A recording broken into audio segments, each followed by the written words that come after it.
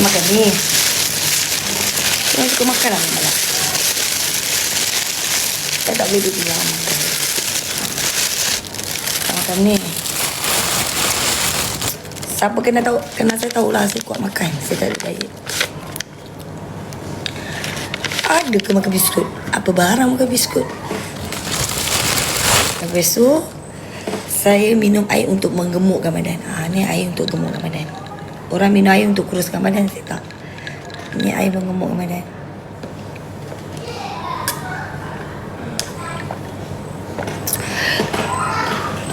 Aduh.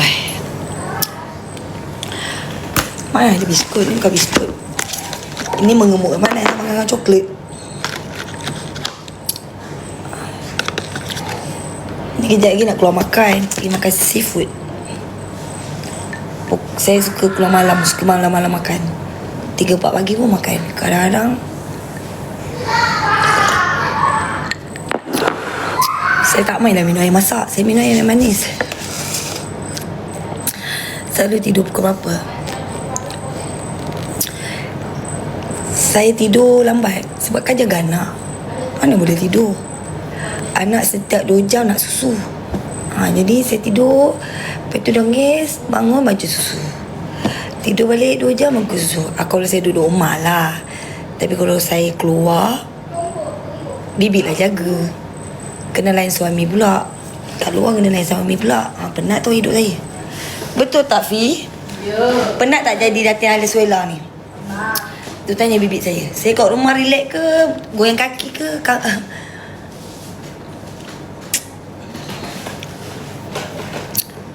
Datin nak tanya.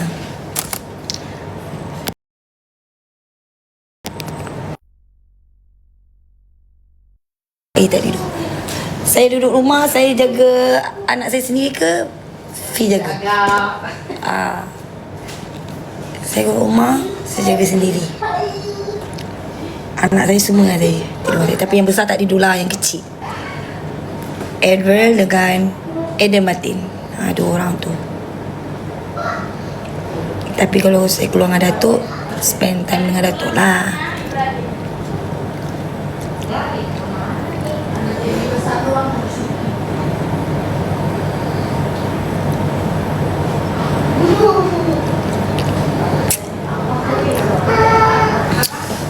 Buat masa ni daripada awal saya kahwin sampai sekarang tak pernah buat skincare. Saya rasa kalau buat mesti lagi cantik kan. Nanti saya buat lah. Ada je jeragat-jeragat. Tapi mungkin sebab make up pakai foundation, so tak nampak. Thank you Ika bagi saya gift.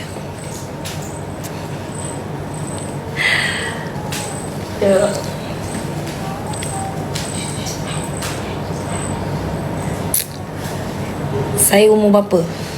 Siapa dapat teka, saya bagi RM1. Cik Bunga, thank you. Cik Bunga,